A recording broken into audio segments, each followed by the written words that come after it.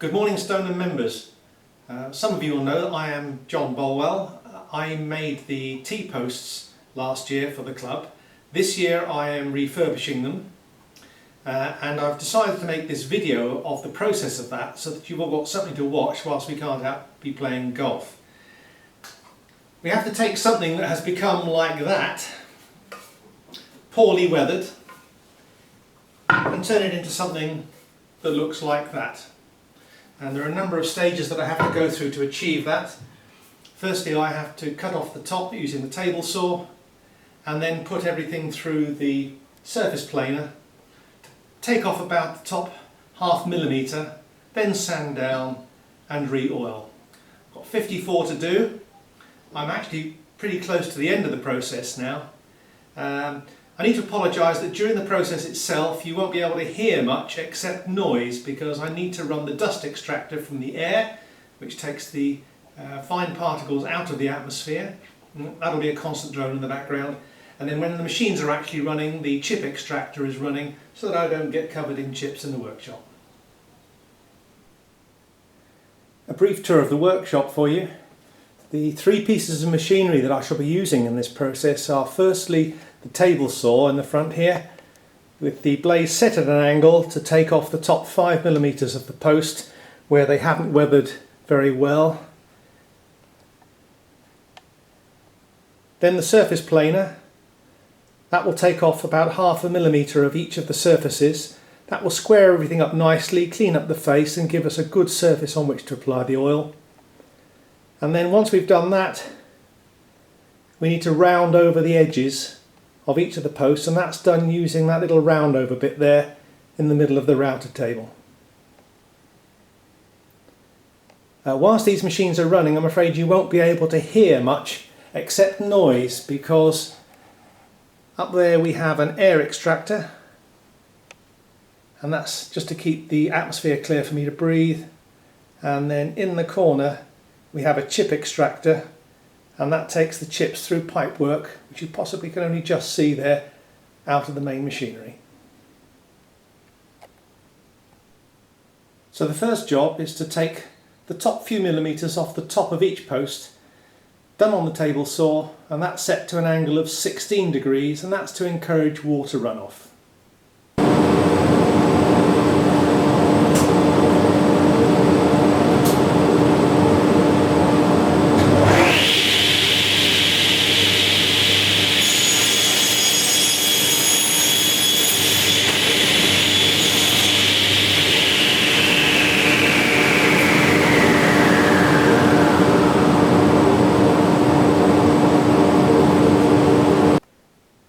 The second task is to pass the stock across the surface planer, but before I can do that I need to remove any surface grit by running over them with the random orbit sander. If I didn't do this, any grit would take chunks out of the knives in the planer and wreck them.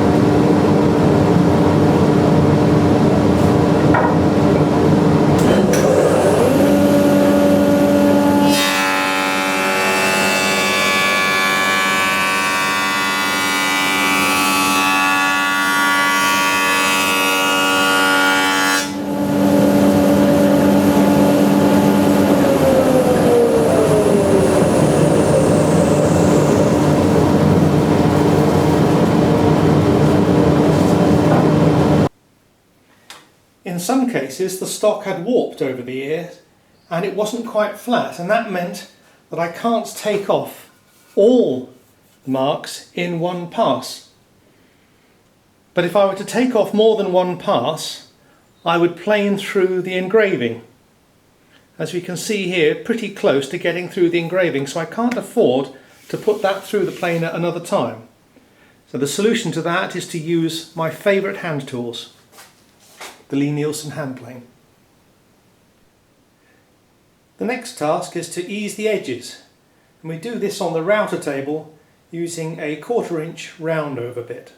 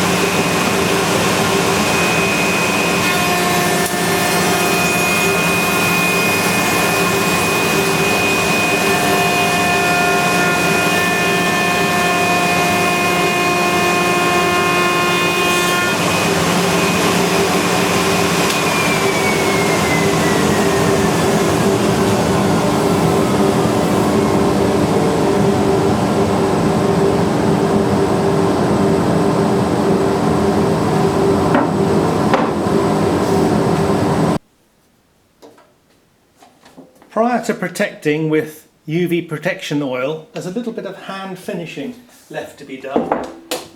Do that with a block plane to take off the sharp edge there, and then sandpaper and the random orbit sander just to make sure there are no rough edges on the workpiece.